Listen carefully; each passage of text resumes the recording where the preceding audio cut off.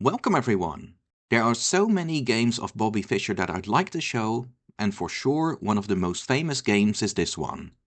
In this game, Fischer not only demolished his world-class opponent in only 21 moves, but he also played one of the most famous moves of all time. Just sit back and enjoy. This was played in New York in 1963, and he played fellow American player pal Benko. Fischer had white and opened with e4, g6, d4, bishop g7, and after knight to c3, we could get a modern defense or a Pirc defense. However, after d6, Fischer played f4. This is an aggressive setup called the Austrian attack, and it's well known in the Pirc defense. White now has a huge center, and black always needs to watch out for e4, e5. Benko developed with knight to f6. Going e5 right now doesn't do a lot, because after knight from f to d7, there's no direct follow-up and the pawns are more likely a weakness than a strength. So instead simply knight to f3 developing, black castled, bishop d3, and now Benko went for bishop g4. More often black develops the knight because it's usually more clear where the knight belongs, but Benko did have a specific idea in mind. After h3, he simply traded the bishop for the knight, and here he developed the knight with a tempo, because thanks to the trade of bishop for knight, the d-pawn is now undefended, and after bishop to e3, Benko played e5. As I said, normally e4, e5 is an important pawn break for white, so in playing this, black prevents that move. But Fischer had a strong response. First he traded on e5, and he followed that up with f5. Now the bishop is blocked in by his own pawn, and maybe white will be able to open up black's king position later on. Now a reasonable continuation for black could be knight to d4, and after queen f2 go c5. What Benko did instead was a clear mistake. He played g takes f5. And this is a clear case of something called hope chess. You play something and basically you just hope that your opponent responds in the way you want. Benko was banking on white recapturing on f5 with the pawn, after which e4 would be an excellent move. After knight takes, and bishop takes e4, he would then go rook to e8, and black simply has a good game. The problem is though, white doesn't have to go for that. Fischer simply recaptured the pawn with the queen, and now you'll see that Benko just has a bad position. Never assume that your opponent will do what you want. It continued, knight to d4. Now it is possible to take on e5, but after knight to g4, black has this double attack against queen and bishop.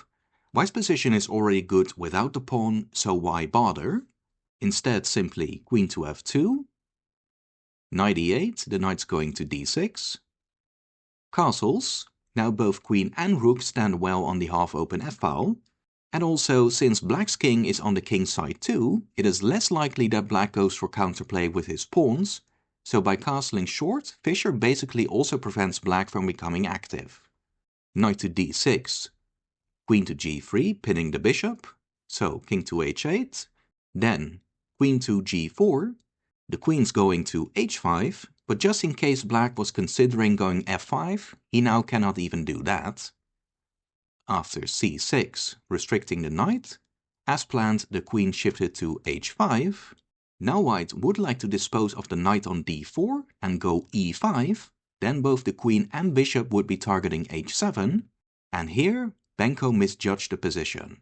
He played queen to e8, and here he expected bishop takes d4, and after e takes d4, he figured Fischer would play e5, threatening the knight and with mate on h7, and then Benko would go f5, blocking out the bishop and planning to trade queens, hence queen to e8.